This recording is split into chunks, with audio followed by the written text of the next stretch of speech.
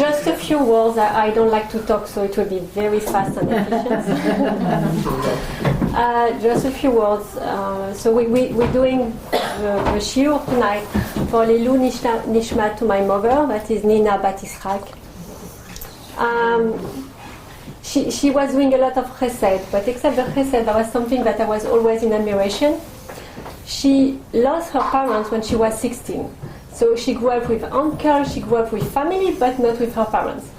And when she got married, my father, Baruch Hashem, has his parents. So she was, afterwards, she grew up with my grandparents from my father's side.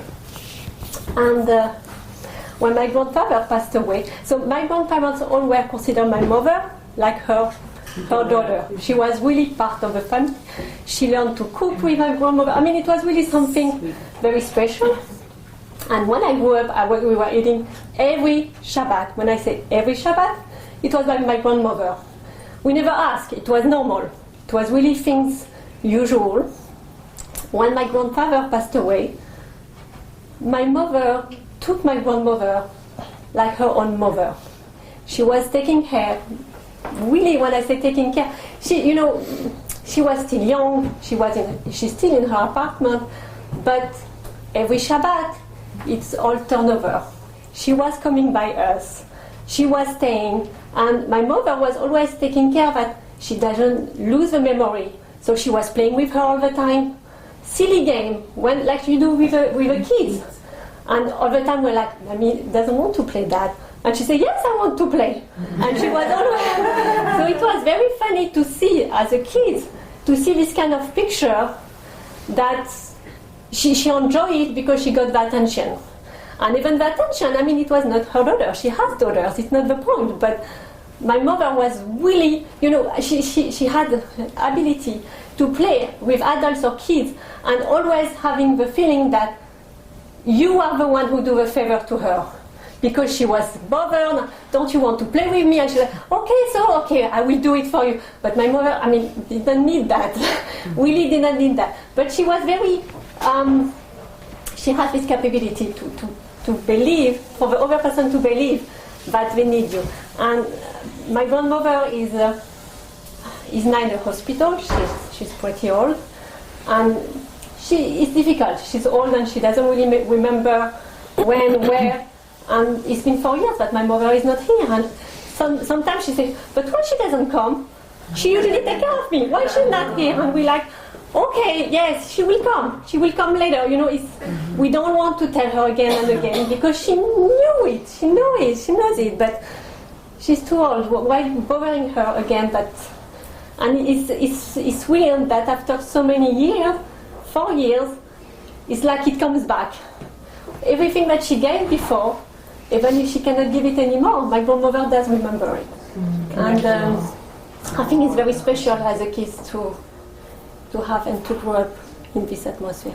So it's, again, Lilu Nishmat Nina Bat Yisrak, for the refuah shlema to my grandmother, Aisha Bat Luna. Amen. My aunt is sick too, so I would like to include her. Daniel Esther Bat Muna. Amen. I would like to include the boy who was rushed to the hospital today, Ron Yosef Ben Esther. And to this little girl that we pray a lot, Eve Bat Hila. Amen.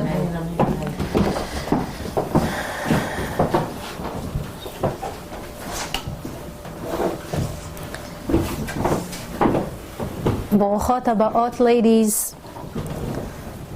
ברוכות הנמצאות. First of all, we want to thank the hostess with the mostest. Yeah. She is, we could always, how are you doing? No, please, I love your interruptions. It's a good interruption. Rachel, you have a second name. Yes. Tell everybody your second name. Bracha. Bracha. You know what I realized?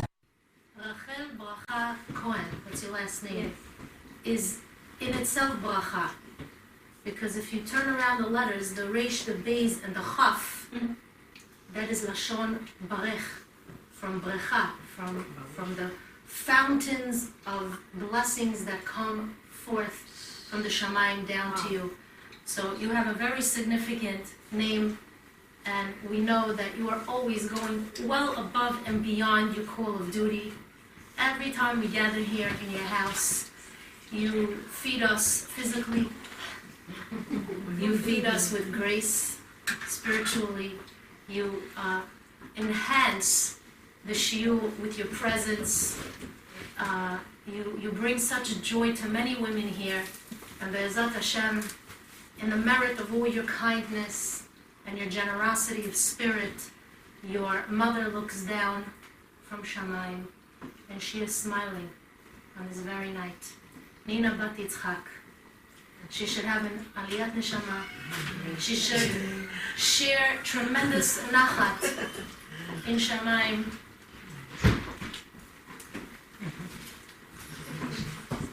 And she should be melitzat yosher for you and all of Klal Yisrael, and the refuah shlema of Aisha Bat Luna, your grandmother, Danielle Esther Bat Muna, your aunt, the refuah shlema, that young boy Aharon Yosef Ben Esther, and that little baby Rachmanan Etzlan, refuah shlema to Ev Bat Hilaf. Amen. We have a lot of work to do today. This week's Parshat, okay, we'll talk about that at the end, don't leave so fast. This week's Parshat Vayeishev, falls out right before Hanukkah. And it's arguably one of the most difficult of Parshiot in the Torah HaKadosha. First of all, the Parsha discusses Yosef's dreams and his brother's reaction to his dream. It then discusses the selling of Yosef HaTzadik Alav Shalom by his brothers, which is very hard for us to understand. But guess what? We're not going to discuss that story, finally, after all these years. Instead, we're going to discuss one of the heaviest episodes in the parasha. And that's the story of Yehuda and Tamar. Oh, some of you put your antennas on already. Very interesting. And you should know that many people who read this story, they fall into the pit of misinterpretation. Many people distort and pervert the story because they don't study it properly, utilizing the correct sources. Now, while it's true that there are psukim in the story that can be misinterpreted, our mission is to learn the various mefarshim and draw the right conclusions and lessons. So let's begin. After the sale of Yosef, the psukim tell us, Vayehiv ba'et hahiv, vayerad Yehuda me'et echav. And it came to pass at that time that Yehuda was demoted by his brothers. It seems that the rest of the Shevatim had complaints against Yehuda, who was their leader. What was their complaint? They said, you're our leader. You're supposed to be our mentor. We look to you for guidance and for answers. You should have told us not to sell Yosef, because look at the pain that it caused our father. We feel guilty seeing the pain that our actions inflicted upon this man. We feel badly seeing our Holy Father have to sit Shiva for Yosef. If you would have told us to bring him home, we would have listened to you. What kind of leader are you? You gave us terrible advice. As a leader, it's your job to guide us properly to a place of shalom, of peace, not to such a state of doom and mourning. You should have asserted yourself, and you should have told us to let Yosef go. So the brothers deposed Yehuda from his position as leader of the Shevatim. Vayered Yehuda. He was demoted. And as a result of this, he left the vicinity of his household and he went in search for a wife. Chachamim tell us that he married during a very unfavorable time. What unfavorable time? Well, let's see. At this point of the story, it seems that Yaakov's family was falling apart at the seams. How? First of all, Yosef was sold by his brothers. So the brothers had just committed one of the greatest of sins. They sold their brother and then they lied to their father about it. Technically, this was the first documented blood libel in history, if you think about it. Done by the Jews against their own brother, Yosef. Plus, Yaakov was in mourning over the loss of Yosef. Then we have Reuven in last week's parasha who sinned because he switched his father's bed, and then it forced Yaakov to direct himself towards the tent of Leah rather than to the concubine Bilhah. So Reuven was trying to atone for that sin. And what about Yosef? Yosef was a teenager. He was in the worst state in a person's life. Here he was, a 17-year-old boy, riding in a caravan with strangers, being transported to a foreign country in the Middle East where he was sold as a slave. There were no Jews around him. He was completely disconnected from his family. So the state of Yaakov's family was at an all-time low. The family was unraveling at the seams, and everything appeared very dark and very hopeless. There was not an ounce of light that could shine through this dark period in the life of Yaakov and his family. You with me?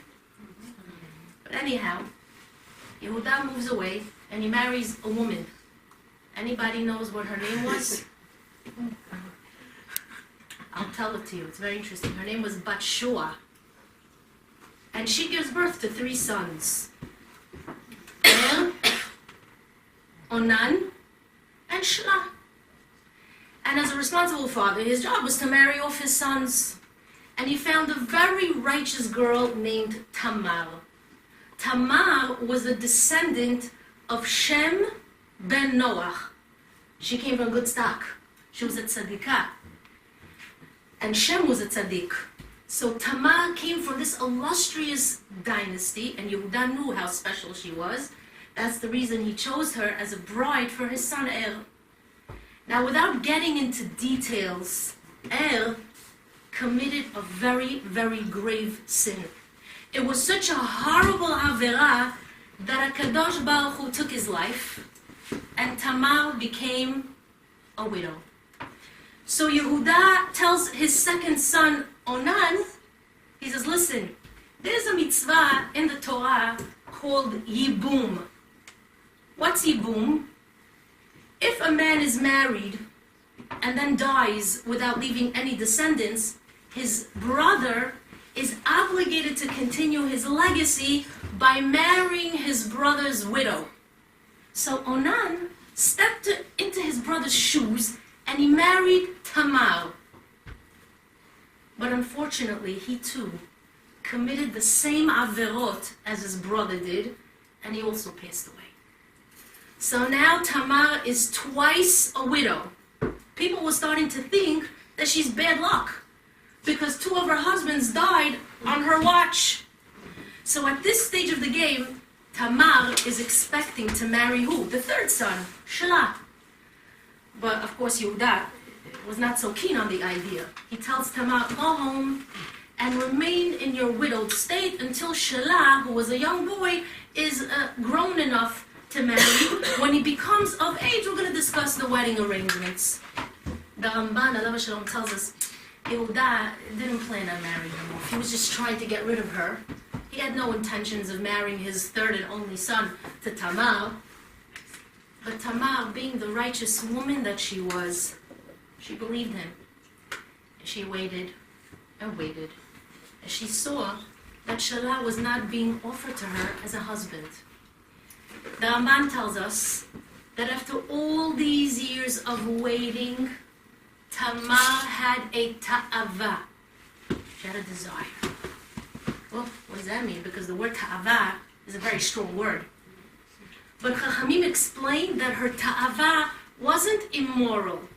She had a strong urge and a desire to bring forth a child into this world, dafka from the family of Yehuda. She knew that Yehuda came from tzaddikim, and that bringing a child into the world from such a special family would be a great zechut. So she decided that if she couldn't bring forth children from Shelah, she's going to see to it that it happens through Yehuda himself, a father-in-law. What did she do? רחל, you sure שאת רוצה לילדות שלך? This is a rated R version of the shiur. So here we go. What did she do? The Torah Kedusha tells us that she removed her widow's garb. She covered her head and her face with a veil, and she sat at the crossroads. Now in those days, it wasn't customary for a woman to simply sit or even stand on an open road. It wasn't considered tsanua, wasn't considered modest. What kind of woman in those days stood around on the crossroads? Malcolm. The Torah tells us the Z word. So Tamar planned it perfectly because she knew that Yehuda passed by that road, and sure enough, what happens? The Torah tells us, Vayet eleha el haderech. Yehuda turns aside towards her to the road, and he says, Havana avo elaich. Let me now be with you.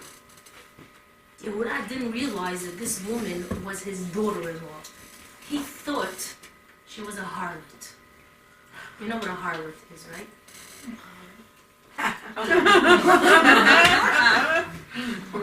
He thought that she was a harlot. So what does Tamar answer him? She says to him, Mati tenli ki tavo elai. What are you going to give me if I allow you to come to me? And Yehuda, thinking that he's being very generous, he says to her, well, I don't have goats in the back of my pocket, but I'll send you one of my goats from my herd as payment as soon as I get back. In those days, if you had cattle, if you had sheep, you were considered very wealthy. So Tamar says, that won't do. I need some kind of collateral to guarantee your payment. And Yehuda says, well, what would you like me to give you? So she says to him, Chotamcha uptilcha umatecha asher beyadecha. I want your signet ring, I want your cloak, and the staff that's in your hand. He agrees and he gives her these 3 items. Yehuda, in a shocking twist, seemingly is then intimate with her, not knowing that she's his daughter-in-law, and she conceives. 3 months later, Tamar is showing, and all the neighbors are shocked. So they run over to Yehuda and they say, listen here, we're sorry to have to be the ones to inform you this, but it seems like there's a scandal that's about to erupt in your family. Zanta Tamar kalatecha. Your daughter-in-law Tamar was involved in an act of prostitution. Hinei hara'a liznunim. It seems that she's pregnant from her harlotry. So Yehuda is shocked. And he has no idea that he has something to do with this. They were so modest in those days that he barely knew what Tamar looked like. Now, we can't relate to this, but it's true. Our Avot lived on a completely different level of modesty. So although Yehuda was intimate with Tamar, he had no clue who he was with. Now that's a separate story. That's a different shiur. So Yehuda announced that Tamar should be brought in front of the Beit Din, where all the judges are sitting there, and they see that Tamar is very pregnant.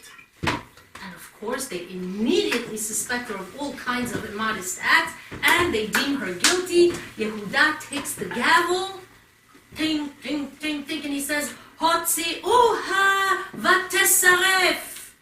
Bring her out and let her be burned. Tamar was going to be burned at the stake. Do you believe this? Now the gadlut of Tamar is that she didn't want to embarrass Yehuda in front of this entire bedroom. She could have announced the truth to everybody there. But she had such derech eretz. Instead, you know what she does? She hands the bailiff a sack. And she says, please give this satchel to the judge Yehuda together with this ring. And tell him, the one who owns this ring is the father of my child. Yehuda takes one look at that ring and he realizes it's his. And he opens the satchel and he sees the other items which also belong to him. Now, in reality, he could have said one of two things. He could have said, I never saw this ring. I never saw these items before. I don't know what this woman wants. She's a liar. Or he could be honest. And he could say, she's right. These items are mine. Yehuda chose to be honest. He couldn't deny it was his ring because it was a very special ring. Now in general, it's strange that Yehuda owned a ring that he wore on his hand because religious men, Jewish men, don't usually wear rings. What was Yehuda thinking to wear a ring? But we have to know what kind of ring this was. This was a signet ring, chotemet. In the olden days, they often used rings to certify documents and to identify themselves. Yehuda had a ring that contained his name, Yehuda. Today, hi, how are you? Today we use pens to sign documents. But during ancient times, a signet ring was used to enforce a document and then make it known who it was that inscribed it. If you remember in the story of Purim, the moment that Ahasuerus removed his signet ring and he gave it to Haman, that became a very dangerous moment. Why? Because Haman, who hated the Jews, now had the king's royal signet ring in his possession, and he could stamp any decree against the Jews in the name of the king. So Yehuda's ring, it wasn't a piece of jewelry worn as a fashion statement. It served a particular function. So when Yehuda saw the ring, there was no doubt that it was his. This was a one-of-a-kind ring that was designed and manufactured only for Yehuda. And in a very courageous act of honesty, Yehuda stood up in front of the court and he says, Tzadikah, she's right. Mimeni, it's from me. You could imagine what kind of scandal erupted in the courtroom that day. And what the headlines were the next morning. Big rabbi has illicit affair with daughter-in-law. But the story continues. The story continues. Anyhow, Tamar is acquitted, and a few months later she gives birth to twins. Listen very carefully, ladies. The Torah tells us how these twins were born. Listen to this. Vayehi velideta, vayiten yad. Oh, and it came about when she gave birth that the infant suddenly stretched out his hand. One of the twins stuck out his hand out. Shabbat shalom. What happened? Vatikach hameyaledet, vatiksho al yado shani lemor. The midwife takes a bound around his hand, a red crimson thread, saying, Ze yatsa rishona. This one is coming out first. I have to know which one. I see there's twins here. And then, the baby put his head back in. Vayhi kemeshiv yado. And as he's drawing his hand back in, Vehine yatsa achiv. Behold, the other brother emerged. The other twin went around and jumped out. Vatomer, ma paratzta alecha paretz. And the midwife said, with what strength? You have strengthened yourself. How did you just cut this line like this and come out first? You just popped out. Vayikra Shemo Peretz. And he was named Peretz, the one who broke through. V'achar yatsa b'chiv asher al yado hashani. And after that brother emerged, the first one really, the one upon whose hand was the crimson thread. Vayikra Shemo Zerach. And he was named Zerach. Ladies, you've read these psukim probably so many times in your life, but I don't know if you ever paid attention. In the entire Torah, if they talk about a birth, like they do about this birth. Who are these two babies? Who's Peretz? I mean, here the Torah is relaying an entire story that's very controversial about Yehuda and his sinful sons, their deaths, Tamar, the way in which Yehuda became intimate with Tamar, her pregnancy, the interesting birth of these twins. When Yitzchak Avinu alav shalom was born to Sarah in her late age, the psukim didn't talk about his birth in any exciting or lengthy way. When each of the Shevatim were born, you don't find more than one pasuk that describes their birth. But when it comes to the birth of Peretz, there's an entire perek devoted to him. He's so significant, but you barely ever hear of him. He seems to be a generic fellow. So something is going on in this parasha that we're missing. But before we could address the story of Peretz, we need to discuss the story of Yehuda. Yehuda was a tzaddik who tried to keep the halakha to the letter of the law. The great Dad Zekenim and the Baal HaTosafot alav shalom, they write that what he did with Tamar was not considered an immoral or illegal act. It sounds questionable to us, but you should know that at some point, Yehuda married Tamar in that intimate moment.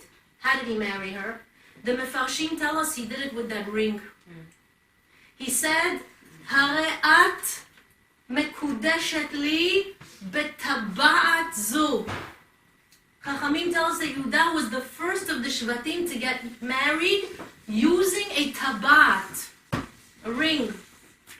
So the Baalat Tosafot come along and they ask, okay, he gave her the ring, but in a kosher marriage you also need witnesses. Who were his witnesses? And the Tosafot state that because Yehuda was such an important figure, he didn't travel alone. He always traveled with a whole entourage. So he took his fellow travelers and he made them witnesses. So we see that there were kiddushin, the ring, and there were adim, there were witnesses.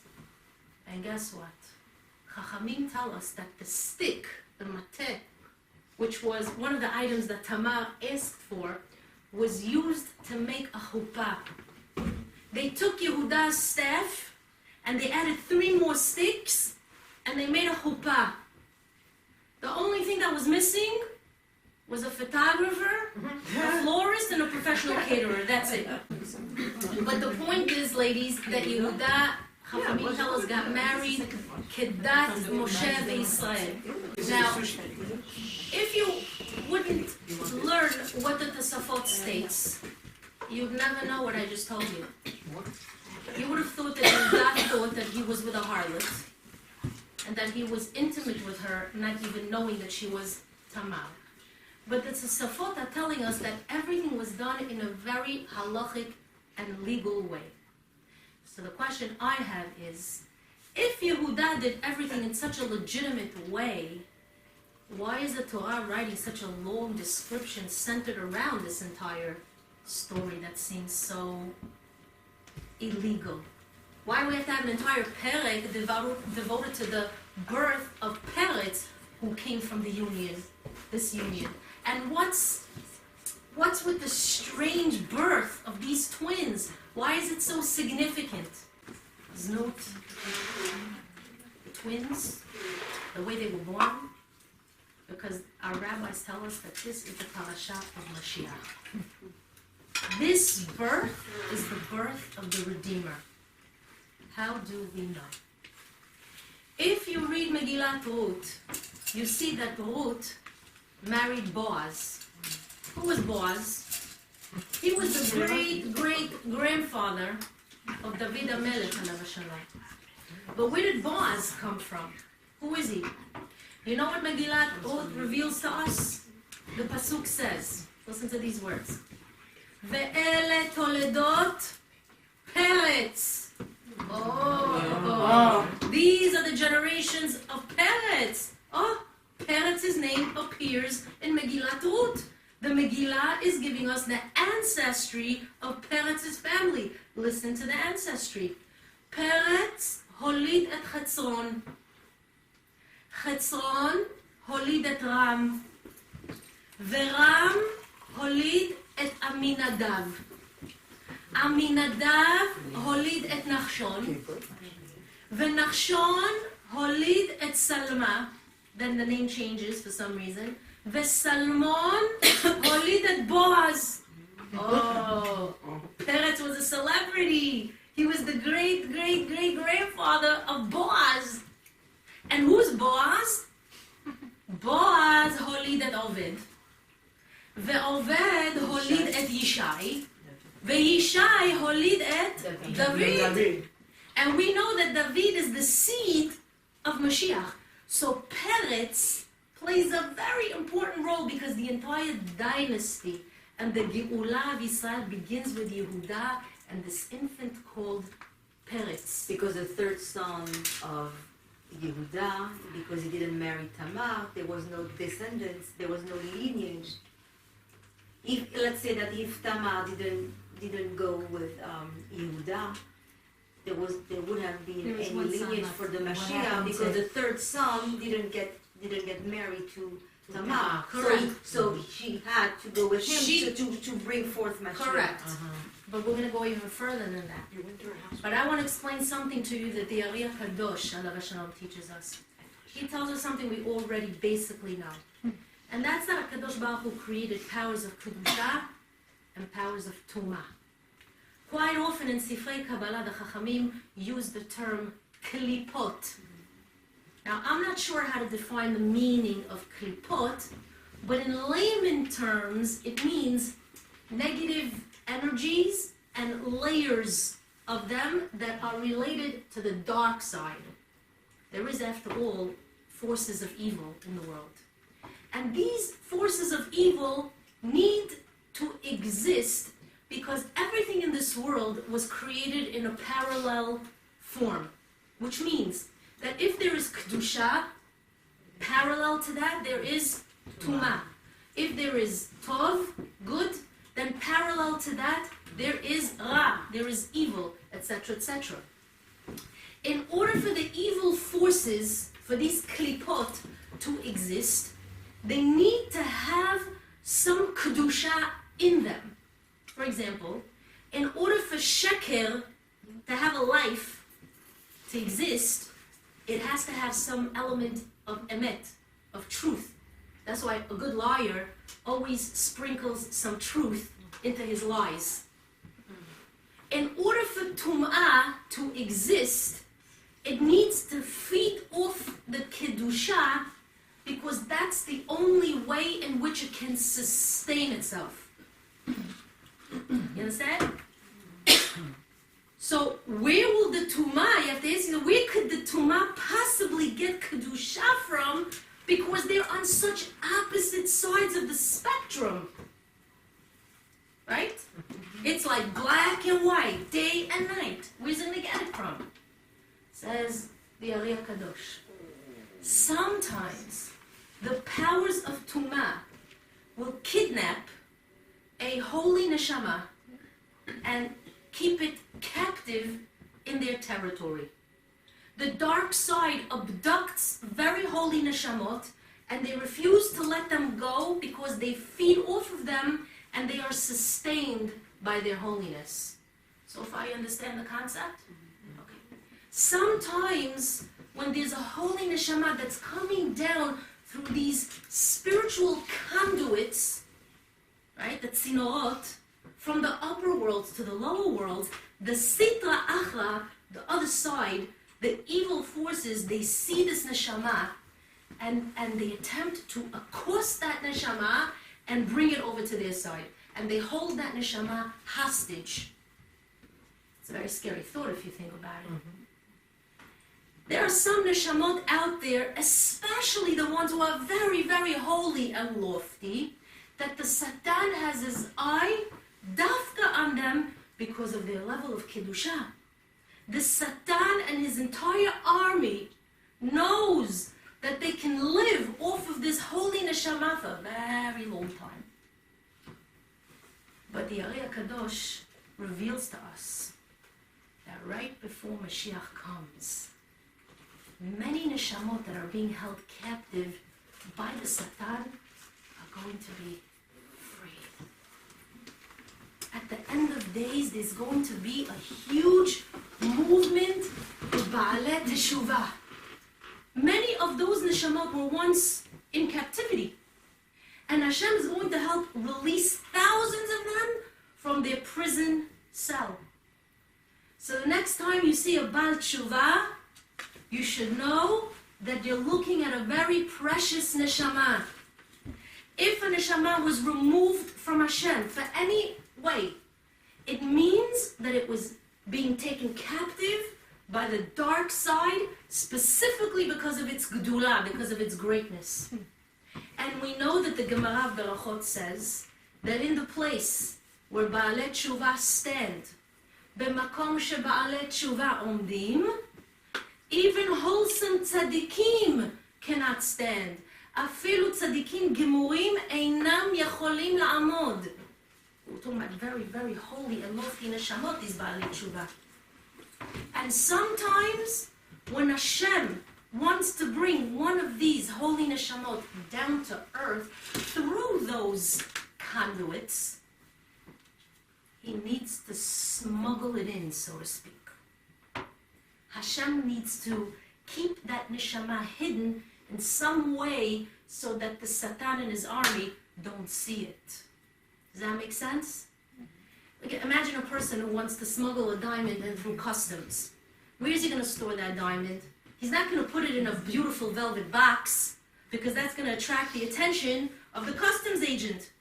Instead, he's going to conceal the diamond in the place where you least expect the beautiful diamond to be. You hear?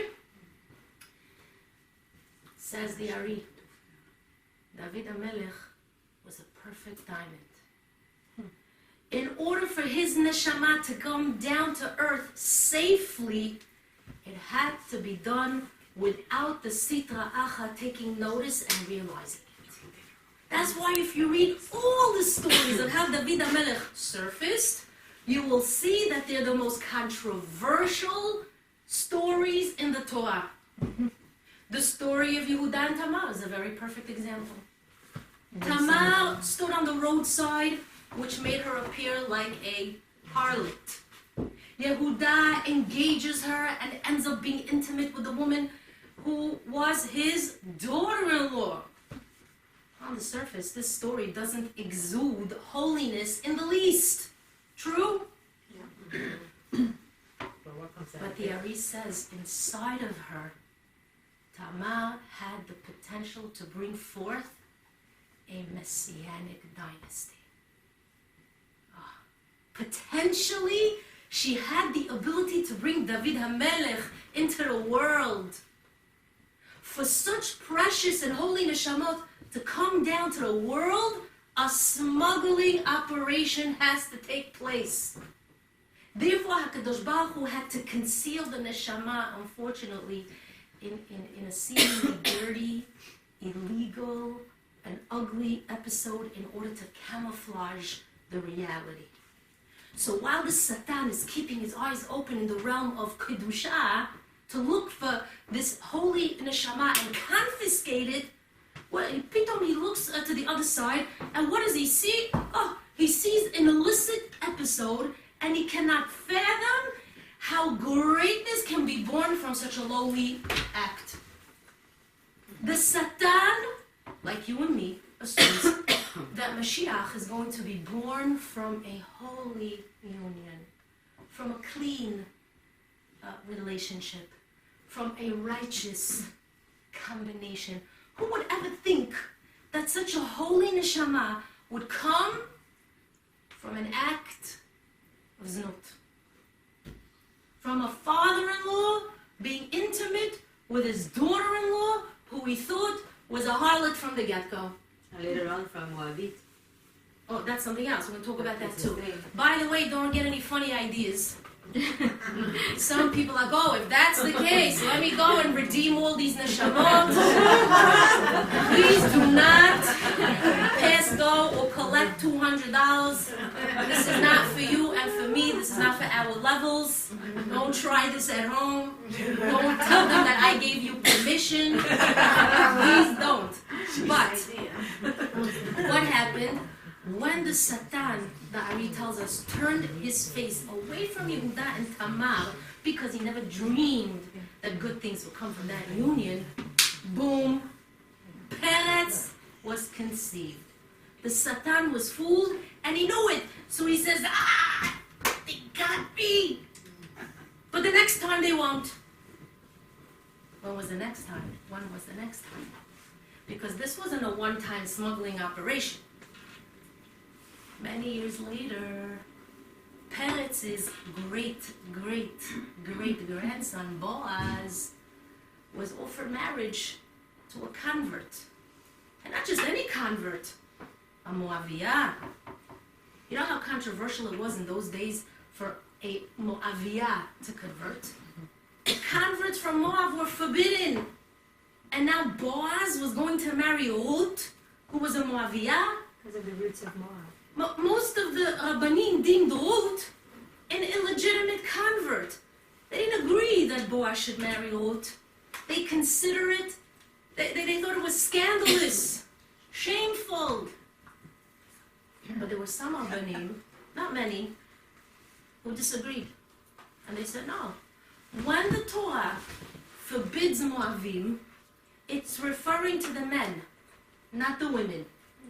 And that makes Ruth a legitimate convert.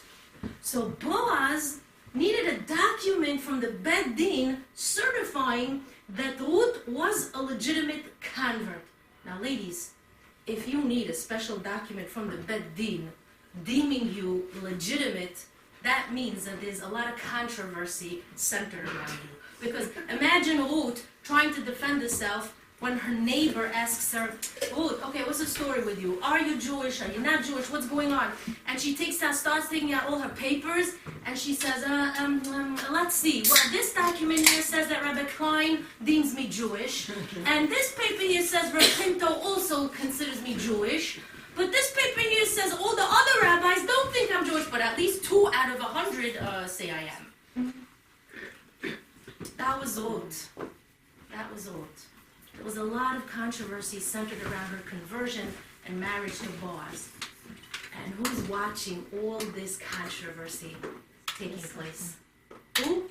The Satan. He's smiling and he's saying, look at this horrible situation over here. Boaz is going to marry an illegitimate convert from Moab of all places. And what can come from such a controversial union? And once again he says, I'm not going to look at this. And he turns his face away.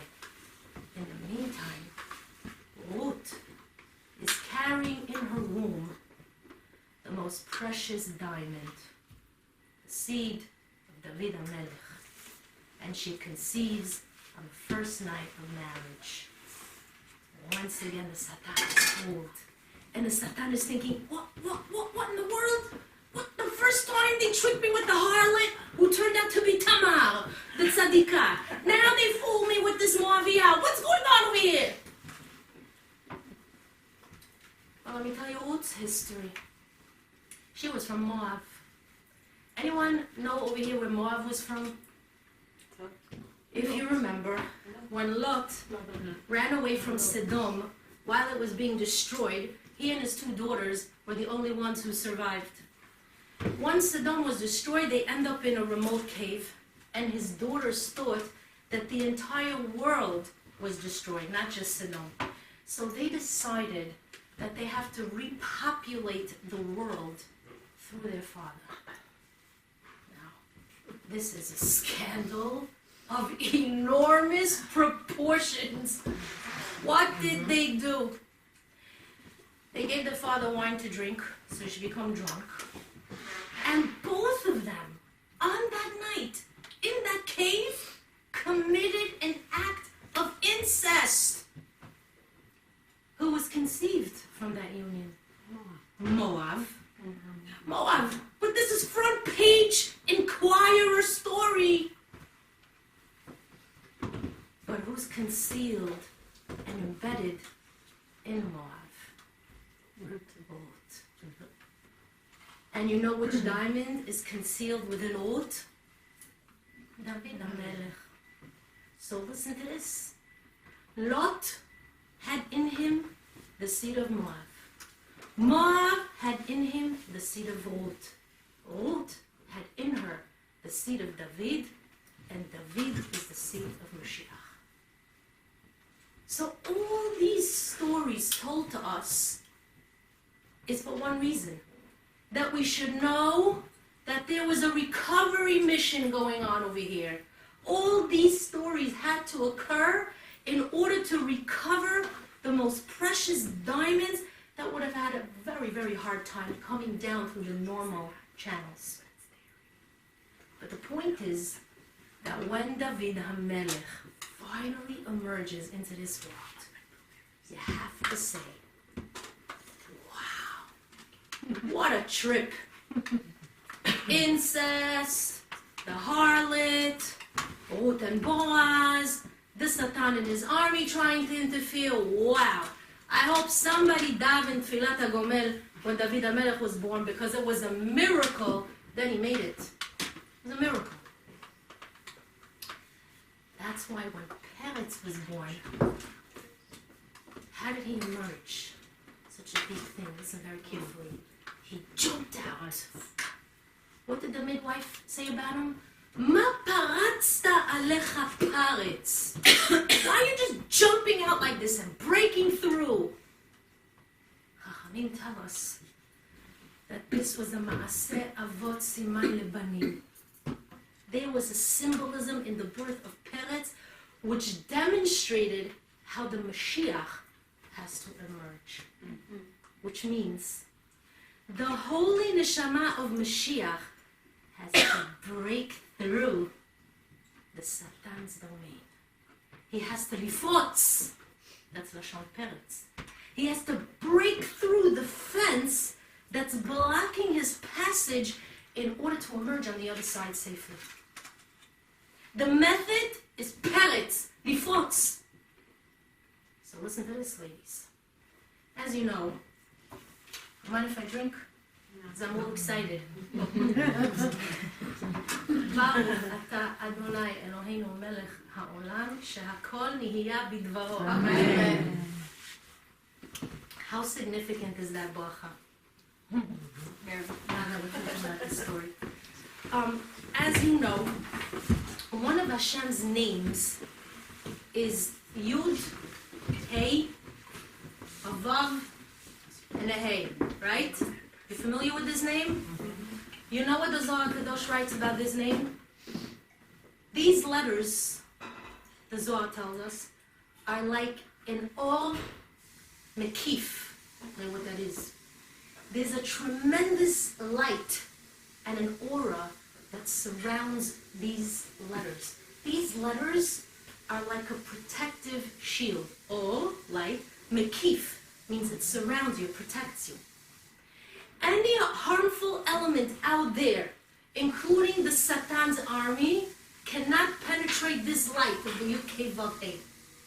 For example, the Sfarim HaToshim write that there is an Or Mekif that surrounds a man who wears tzitzit. There's a certain light that's protecting him. It's a protective force. That being said, once the letters of Yud, Hey, Vav, and Hey are present, no power on earth can penetrate it or cause it any harm. Ladies, how is Yehuda's name spelled? Oh. We have a Yud, a Hey, a Vav, a Dalet, and a Hey. Yehuda's name is the only name from all the Shevatim that contains these 4 letters of Hashem's name, where these 4 letters are embedded in his name. The Yud, the Hey, the Vav, and a Hey. It's a very holy name, Yehuda. What does the Dalet in Yehuda's name represents? Says the Zohar Kadosh, Dalet, Dahu David HaMelech. The Dalet represents the diamond. Diamond is also the Dalet. David HaMelech. That means that even before David HaMelech was born, he was surrounded by the Yud Kei Vav. He needed that protection. He needed to be surrounded by this Mekif, by this light, so that he shouldn't be debilitated by any negative forces out there. It's not a coincidence that where he originated from, you see the letters Yud Hey, Vav Hey. Interestingly, Yehuda was Leah's 4th child. Here, take a picture. Can I be in it too? I'm trying to get one that you look at here. Listen to this, ladies, listen to this. Interestingly, Yehuda was Leah's 4th child. And what did she say when Yehuda was born? She says, Hapa'am odeh et Hashem. This time, I'm thanking God. Oh, only after the 4th child, you realize you have to thank God. What about the Reuven, Shimon, and Levi? No, it's the 4th one. Hapa'am odeh et Hashem. This time I have to thank God. Why now? You know what I was really saying? She's telling Hashem, from this child, David HaMelech will emerge. From this child, the seed of Mashiach will come to light. This time, I must thank the name of God. Hapa'am odeh et Hashem. Yud Hey Vav Hey. Thank you, Hashem, for protecting the Dalet. Thank you for isolating this dynasty of Mashiach with your Or HaMakif. Because of your holy name, he's going to be protected from the negative forces out there.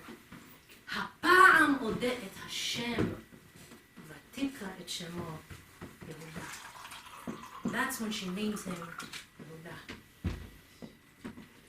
I'm going to tell you something else you can marvel at in terms of the Hashgacha of Hashem and how Hashem runs the world. When Yehuda was ready to be intimate with Tamar, listen very carefully, he offers her goats. He said that before. Imagine, Hare'ad mekudeshet li with his gdi'im, ezim.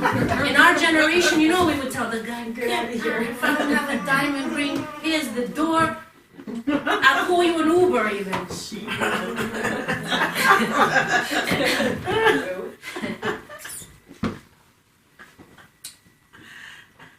Next time your daughter's Khatan proposes with the sheep outside the door, you know he's a holy guy.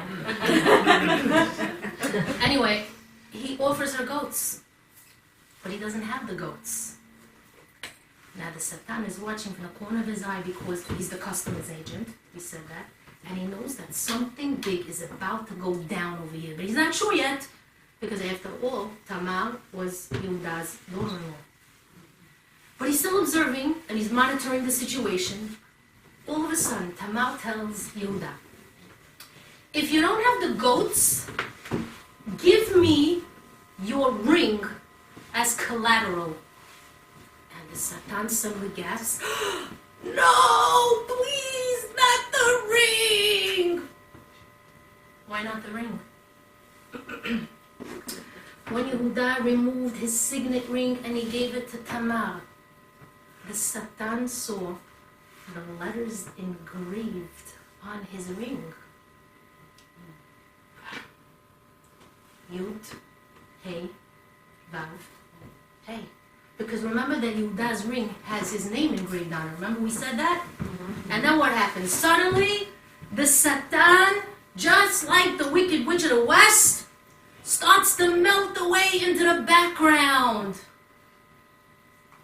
Look how it worked out. At the Kiddushin of Tamar, the Yud, Hey, Vav, Hey is right there in the middle with the ring. The Satan has to run for his life because of the Oh HaMakif. And what other letter is also right there?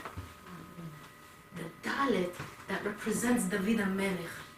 David HaMelech was also protected on that day when Yehuda and Tamar united. As a side note, very interestingly, that's one of the reasons that a ring is used at a wedding to sanctify a woman. When a man and a woman get married, the Ari says, listen to this very carefully, you might want to get married again. I don't mean divorce your husband, God forbid, and marry somebody else. Renew your vows, whatever that means. Okay? When a man gets married to a woman, they are like Yehuda and Tamar. They also have the ability to bring the Mashiach. How? The Gemara tells us that Mashiach cannot reveal himself until all the neshamot that are in Shamayim and need to come down are dispatched into the world. You see, the Ari reveals to us that there is a very special treasure box, an otzar of special neshamot in Shamayim. Once that treasure chest is emptied out, Mashiach can come and the Geulah can be announced. Now, the purpose of every marriage is to produce children. That means that every marriage contains a messianic purpose. Because we're dispatching more and more neshamot into this world that were in that treasure chest that need to be emptied out. You hear this? Or you could have more children. Therefore, at every chuppah, how do we take care of the Kiddushin? Just like Yehuda did. His entire purpose of being with Tamar and uniting with her was to bring the seed of Mashiach into the world and protecting it with Hashem's name. And we also use a ring to sanctify the marriage and solidify the purpose of that marriage. But now here's the thing. I was speaking with Rachel. I wasn't actually speaking to her. She texted me the other day asking me, is the shiur going to be about Hanukkah? And I said, sure. So I ask you, what in heaven's name does this entire shiur have to do with Hanukkah, which is soon approaching? I have to tie it all in. Now remember that we learned about that special light called the Or HaMakif that emanates from the Yud, Hey, Vav, Hey. The Ari tells us, you know what the source of this powerful light, you know where it comes from? Its source is the light that shines forth from the Hanukkah menorah. You can't imagine the power of the light that emanates from the menorah. Chachamim tell us that the first half hour after you light that menorah, you should stare into the light of the candles. That light is a light that comes from a different world. There is so much kedusha that's exuded from these lights that you can't even imagine. And I want to tell you something very interesting. In the olden days, and even in these modern times, the halacha was that you would light the menorah outside the house, near the doorway of your home. That's what people used to light, and some people are still noheg to do that. the outside is considered the public domain. It's called the Reshut HaRabim. The public domain is where the Sikra Acha lurks. That's where the evil forces are. So on Hanukkah, we light our menorah in the Reshut HaRabim in an attempt to dispel the darkness and bring back many of the neshamot that are trapped in that darkness. The Kedusha of these lights have the ability to redeem the neshamot from captivity, and most importantly, says the Ari, these lights of Hanukkah can redeem your neshama. Because your neshamot are also in captivity. How? Well, the Yetzer Hara holds us captive to his numerous seductions of this secular world. But on Hanukkah, that special light shines into your neshama, and the Yetzer Hara then has to, he has no choice, but to release you, at least for a little while. It has to release you from its grip. When you light the menorah, your neshama is able to emerge into real freedom. You know what's happening to your neshama when you light the menorah? It's like parrots. Your neshama is able to lifrotz. It's able to escape from itself. You understand what I'm telling you? You understand what I'm telling you? Now, ladies, I want to end with this very deep thought. We have a minhag that right after we light the menorah, we recite Mizmor, Shir, Hanukkah, Habayit, LeDavid. David? What does David have to do with the story of Hanukkah? Ever thought about that parak? Have asked yourself, David, Hanukkah? Doesn't go.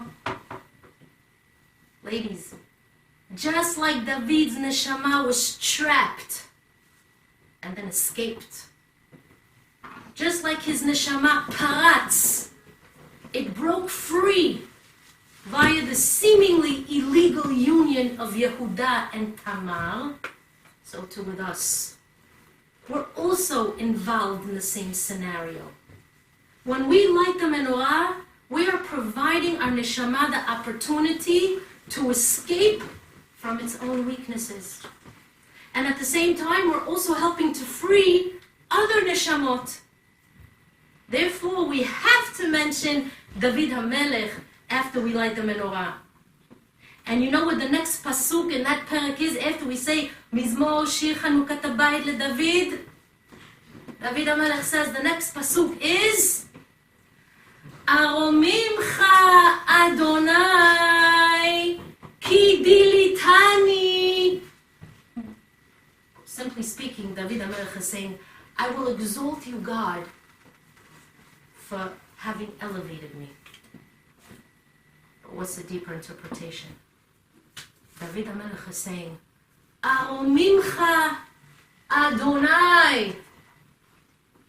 Hashem, I praise your holy name, Yud, Hey, Vav, and a Hey. Thank you for protecting me with that special light of the Or HaMakif. You know how you protected me? Ki Dilitani. You put the Dalet in the name Yehuda. Ki Dilitani. And because of that, I was protected already from the very beginning. The Dalet is my neshama, David. You surrounded me with the protection of your holy name. And for that, I praise you, Hashem. And I thank you. Interestingly, when we light the menorah outside the door, that minhag that I told you about, we light the menorah on the left side of the door. What's on the right side of the doorway? The mezuzah. You know what words we recite in the tefillah of Lecha Dodi every Friday night? You never ever thought of this. I know you didn't. Guess what? Neither did I. what do we say? We say, Yamin Usmol Tifrotzi. Oh, when you have the menorah on the left, small, and the mezuzah on the right, Yamin Usmol, what happens to your neshama? Tifrotzi. It breaks free from the captivity that it's in. What are the words after that? Ve'et Adonai ta'aritzi. And for that purpose, we have to praise Borei Olam. And now what do we say? Aliyad ish ben Parsi. Ladies. Aliyad ish ben Parsi. Who was this Ish ben Parsi? Mashiach. Ish ben Parsi. David HaMelech, the descendant of Peretz. V'nismecha v'nagila. This is truly a joyous and exhilarating occasion when the neshama is finally able to break free from its own personal weaknesses. And that can happen on Hanukkah when you light the menorah. You're creating a redemption for your own neshamot and helping to release other neshamot from captivity. And by doing that, you're bringing the Mashiach one step further. Perhaps that's why Chachamim tell us that the word Mashiach is Rashi Tevot Madlikim Shmonat Yemei Hanukkah. Ladies, Hanukkah is one of those chagim that can help usher in the Geulah. We can break free.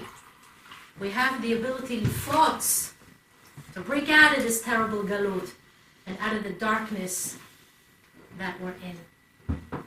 You know, one of the beautiful songs that we sing on Hanukkah is Ma'oz Tzur Yeshuati. Right? Now that you learned all the nuances and insights of today's shi'ur, there's one stanza that should stick out in your mind. What do we say? Yevanim nikbetzu alai. The Greeks gathered against me. Azai bimei chashmanim. In the days of the Chashmonaim. And what did the Yevanim do? Upartzu chomot migdalai. They broke down the walls of my towers. The Yevanim were on the side of the darkness of the Sitra Acha. What did they want to do? Lifrotz chomot. They wanted to break down the walls of holiness. They wanted to break through the neshama of the Jew and imprison it with their ideologies and their beliefs. They wanted to hunt us down. But they couldn't fight against the light of Hanukkah, against the ultimate Kiddusha. And that's our mission on Hanukkah, ladies. First of all, we have to do battle with the forces out there that want to make sure that we don't break through their walls and into the land of freedom. And secondly, we have to make sure that these negative forces don't break through our protective walls and that they don't penetrate our being, Chaz v'Shalom. And one of the ways we could do battle is through the holiness of the Chag of Hanukkah. Bezrat Hashem, and the zchut of all the Kedusha that you absorb from these shiurim, and the zchut of the tzedakah that you've been donating every month to ensure that your neshamot are protected through this old mekif that's always embedded in the Torah that we're learning, and the zchut of the Narot Hanukkah that you're going to light. You're going to release yourself from the captivity of the Yetzer Hara's clutches. You'll break through those layers of negative forces and you will succeed. Aliyad ish ben Parsi. Before you leave, don't just get up and go because I do want to make an announcement. First of all, I want to tell you, have an amazing Chag. Remember all these lessons. If need be, go back and log on to allstar.com and listen to the shiur again. But now that you're going to see these psukim, in the Maus Tzur, in the Mizmoshi Hanukkah Habayit LeDavid, things that are gonna pop into your mind, in the merit of Yehuda, of Tamar, of Peretz, of Ruth, of Boaz, David HaMelech, the seed of Mashiach, who will announce the Geulah B'Korov Mamash. Amen. We hope and we pray that this should be the ultimate Chag of Nisim, where from here we go straight to where? To where the Hashmonaim went, to redemption, to the Bet HaMikdash, and to light the menorah where we truly should light it, which is in the holy Bet HaMikdash. Before I leave, I got a phone call, no pressure. I got a phone call from someone who asked me if I'm willing to put together a small little, tiny little function for 3 groups, all in one, for some almanot that are having a hard time Hanukkah, for Nushot, for divorced women, and for older singles that unfortunately are having a hard time. If anybody would like to donate something towards that evening that I'm planning to have on Hanukkah itself, please see me after the shiur. Be very nice. It's going to be a little gathering. I'm going to come into Brooklyn. We're going to have it in somebody's home, but we have to buy food and drinks, and we're going to have entertainment. So anybody that wants to have a hand in being mesameach these women, please come to me after the shiur. You should have a tremendous zechut. Other than that, I wish you a tremendous chag of simcha and geulah. Oh, Yistzur, Yeshua osi lecho noe leshabeach ti Cohen beis